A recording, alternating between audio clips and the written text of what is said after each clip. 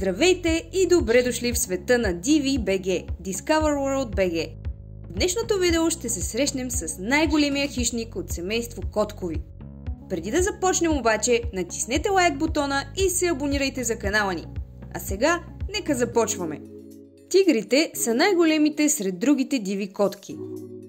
Вероятно знаете, че бенгалските тигри са най-големите сред другите диви котки, но знаете ли също, че мъжките тигри тежат до 300 кг? Това се равнява на тежестта от 6 средностатистически човека. Достатъчно е тигър да седне върху вас и да си оближе лапите, за да умрете моментално. Един удар от тигър може да ви убие. Казват, че един замах с предната лапа на тигъра е достатъчен, за да убие човек или животно, или поне да му счупи костите. Тигрите са нощни животни. Не е задължително всички тигри да са нощни, но да, те предпочитат да ловуват през нощта. Причината за това е, че тигрите предпочитат да избягват конфликти с хора през деня, а също така патрулират около територията си през нощта. Тигърчетата се раждат слепи и само половината от тях оцеляват. Най-тъжното е, че тигърчетата се раждат слепи и само няколко от тях оцеляват. Буквално, новородените малки не виждат нищо, а само следват миризмата на майка си. Тъй като се раждат слепи и не могат да се движат, повечето от тях умират от глад или студ. Някои от тях дори биват изяждани от мъжки тигри, за да може тигрицата да бъде използвана за чифтосване. Тигрите обичат да плуват и да играят във водата. Те обичат да прекарват времето си във водата и да плуват с часове. От малки, женските тигри насърчават или помагат да се усвои изкуството на лова, като дори имат способността да убиват във водата. А като възрастни, те могат да плуват няколко километра и дори има сведения, че тигър е преплувал 30 км само за ден. Тигрите живеят около 25 години. Средната продължителност на живота на тигрите е между 20 и 25 години, независимо дали се отглеждат в плен или в дивата природа. Голяма част от тях обаче умират преди 20 годишна възраст.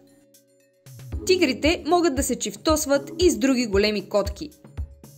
Например, ако мъжки тигър се чифтоса с женски лъв, роденото хибридно животно е известно като тигролъв. Смесената порода между мъжки лъв и женски тигър се нарича лайгър или лигър. Лигрите са много по-големи от тигрите или лъвовете. Тигрите имат антисептична слюнка. Те имат антисептична слюнка, така че са склонни да оближат на ранено място, за да предотвратят всякаква инфекция. Тигрите могат да спринтират с над 60 км в час. Определено не са най-бързите бегачи в животинското царство, но фактът, че тигрите имат много силни крака, ги кара да спринтират с около 60 км в час, което е възможно само на кратки разстояния. Те имат ивици по кожата си. Подобно на човешките пръстови отпечатъци, уникалният рисунък на ивици при тигрите е като тяхна идентичност. Дори да обръснете козината на тигрите, пак ще видите ивиците. Диетата им е разнообразна. Диетата на тигрите е разнообразна и те могат да се хранят с всичко, което им се изпречи на пътя, независимо дали е диво прасе, елен, антилопа, гризач, мечка, птица, носорог, крокодил, бивол и дори собствената им група котки като леопардите. Те ядат дори риба. Тигрите имитират вика на други животни.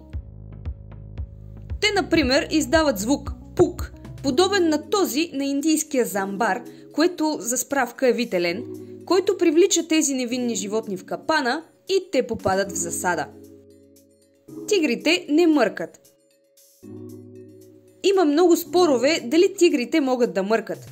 В някои редки случаи тигрите наистина мъркат, но това се случва предимно когато спорят. За да покажат задоволство или спокойствие, тези видове са склонни да затварят очи, както домашните котки, с което показват нивото си на комфорт и усещане за безопасност. И това, скъпи приятели, беше видеото за тигрите. Надяваме се да ви е харесало и да сте научили нещо ново. Ако е така, абонирайте се за канала ни DVBG, Discover World BG, защото всяка седмица качваме интересни видеа за животните, природата и света около нас. А сега ви казваме чао и до нови срещи!